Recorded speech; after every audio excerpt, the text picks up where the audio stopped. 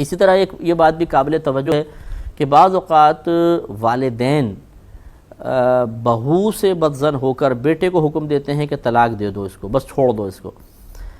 اب اس میں بعض اوقات حضرت عمر فاروق رضی اللہ تعالی عنہ کے عمل کو بھی بطور دلیل پیش کیا جاتا ہے کہ عبداللہ ابن عمر رضی اللہ تعالی عنہما نبی کریم صلی اللہ علیہ وسلم کی بارگاہ میں حاضر ہوئے، عرض کیا رسول اللہ صلی اللہ علیہ وسلم میں اپنی زوجہ سے بڑی محبت رکھتا ہوں، لیکن میرے والد عمر فاروق رضی اللہ تعالیٰ عنہ کا حکم ہے کہ میں اسے طلاق دے دوں، تو میں کیا کروں؟ تو سرکار نے فرمایا تم اپنے والد کا کہنا مانو۔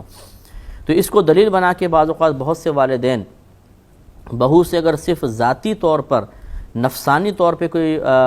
تضاد پیدا ہو گیا تو اپنے نفس سے مغلوب ہو کر بیٹے کو فوراً آرڈر کرتے ہیں کہ اس کو طلاق دو، اور اس وقت اپنے ماں باپ ہونے کے ذریعے اس کو بلیک میل کرنے کی کوشش کی جاتی ہے کہ ہم تمہارے والدین ہیں اور تمہیں طلاق دینی ہوگی،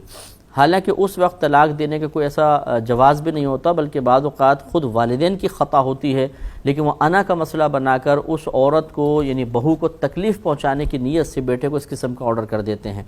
اور دلیل عمر فاروق کا عمل پیش کرتے ہیں دلیل کے طور پر۔ یہ بات یہاں پر یاد رکھیے گا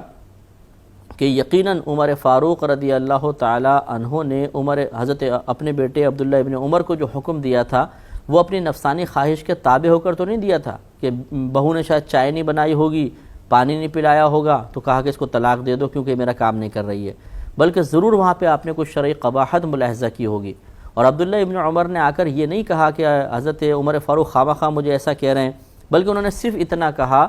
کہ وہ طلاق کا حکم دے رہے ہیں حالانکہ میں اس سے محبت کرتا ہوں۔ اس کا مطلب ہے کوئی نہ کوئی وہاں پہ زوجہ کا قصور ضرور تھا، جس کو بنیاد بناتے ہوئے عمر فاروق رضی اللہ تعالی عنہ نے یہ حکم دیا۔ اسی لیے نبی کریم نے فرمایا کہ عمر جو ہیں وہ جو حکم دے رہے ہیں بالکل صحیح دے رہے ہوں گے، اور آپ کی محبت اپنے مقام پر والد کا کہنا مان لو۔ تو لہٰذا اگر والدین زوجہ کو طلاق کا حکم دے رہے ہیں تو یہ پہلے دیکھا جائے گا کہ کیا ان کا ذہن حضرت عمر فاروق رضی اللہ تعالی عنہ کے ذہن کے مطابق ہے۔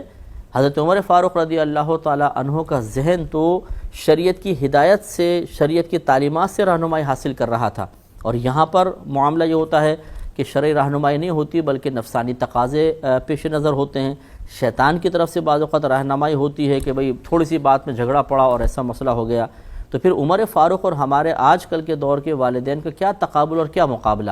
لہٰذا یہاں پر بھی اولاد کو سوچنا ہوگا کہ اندھا دھند اگر میں والدین کے اس تقاضے پر عمل کروں گا تو اس طرح ایک لڑکی پر ظلم کا مرتکب ہو جاؤں گا، اور ظلم کے معاملے میں والدین کے ساتھ تعاون کرنا یہ مناسب نہیں ہے۔ اب اس میں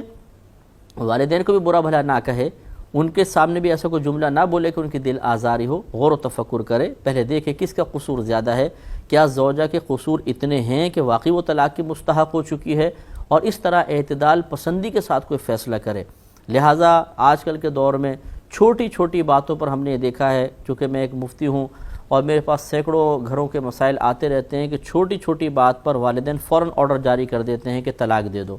اب بعض اوقات تو چھوٹے چھوٹے بچے بھی ہوتے ہیں، اور بیٹے کا کہنا کہ تم طلاق دے دو، ہم دوسری جگہ شادی کر دیں گے، ہماری ذمہ داری ہے۔ ٹھیک ہے، آپ تو کر دیں گے، لیکن جس عورت کو آپ طلاق دلوا رہی ہیں آپ اس کے بارے میں غور کریں کہ وہ آئندہ زندگی کیسے گزارے گی۔ ایک عورت پر جب طلاق یافتہ ہونے کا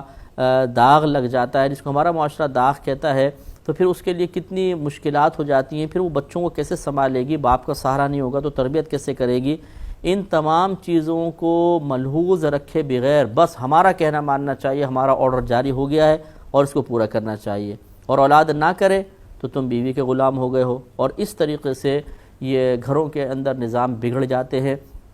اور بہت ہی غلط قسم کے نتائج سامنے آتے ہیں، معاشرے میں بگاڑ پیدا ہوتا ہے۔ اس لیے اس معاملے میں بھی بڑی اعتدال پسندی ہوگی، اور دیکھا یہ جائے گا کہ والدین کا حکم شریعت کے تقاضے کے مطابق ہے یا نہیں۔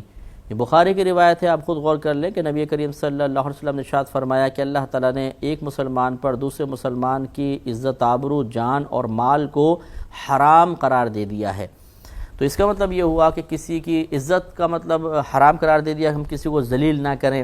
کسی کو ڈیگریڈ نہ کریں،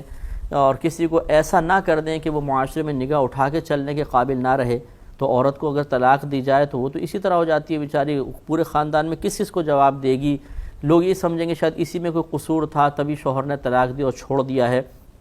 ہزارہ قسم کے معاملات ہوتے ہیں، تو اس لیے بہت ہی سوچ سمجھ کر اس میں بھی فیصلہ کرنا چاہیے۔ اور والدین بھی اس آیت سے ذرا عبرت حاصل کریں کہ وہ بھی اپنی اولاد کو ایسا کوئی حکم جاری نہ کریں جو اللہ تبارک و تعالیٰ اور اس کے رسول کریم صلی اللہ علیہ وسلم کے حکم اور رضا کے خلاف ہو۔ اور یقیناً یہ دونوں چیزیں، یعنی دونوں طرف سے کہ اولاد بھی اور والدین بھی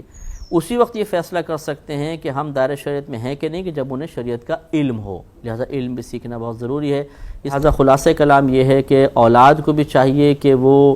اتنا علم دین سیکھ لے کہ جس کی روشنی میں یہ فیصلہ کر سکے کہ والدین جو مجھے آرڈر کر رہے ہیں، حکم کر رہے ہیں، وہ اللہ تعالیٰ اور اس کے رسول کے حکم کے خلاف تو نہیں۔ اور اسی طرح والدین کو بھی یہ شعور اور اتنا علم حاصل ہونا چاہیے کہ وہ اس بات کا صحیح فیصلہ کر لیں کہ ہمارا یہ حکم،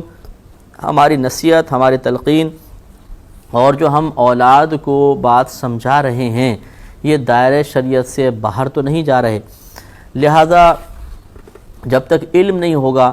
تو مختلف قسم کی جہالتیں سامنے آتی رہیں گی، کبھی اولاد کی طرف سے منفی رویہ اور غلط رویہ، کبھی والدین کی طرف سے غلط طرز عمل، اور اس سے معاشرے میں بگاڑ پیدا ہوگا۔ لہذا کوشش یہی کرنی چاہیے کہ آدمی علم دین سیکھے، والدین کے کیا کیا حقوق ہیں، شریعت نے ہم پر کیا کیا لازم قرار دیا ہے، ایک مطلب اگر شوہر ہے تو زوجہ کے مجھ پہ کیا حق ہیں، والدین کے مجھ پہ کیا حقوق ہیں، اسی طرح والدین یہ دیکھیں کہ اولاد کے، بہو کے، گھر کے اور دیگر افراد کے ہم پر، یا ایک مسلمان کی حیثیت سے دوسرے مسلمان کے لیے کیا حق اللہ تعالیٰ نے تجویز فرمائے ہیں، ان سب کو ملحوظ رکھ کر پھر ہم فیصلے کریں گے اور حکم جاری کریں گے تو بہتر رہے گا، ورنہ بہت خطرناک قسم کی صورتحال سامنے آئے گی جیسے کہ معاشرے میں آپ دیکھ ہی رہے ہیں۔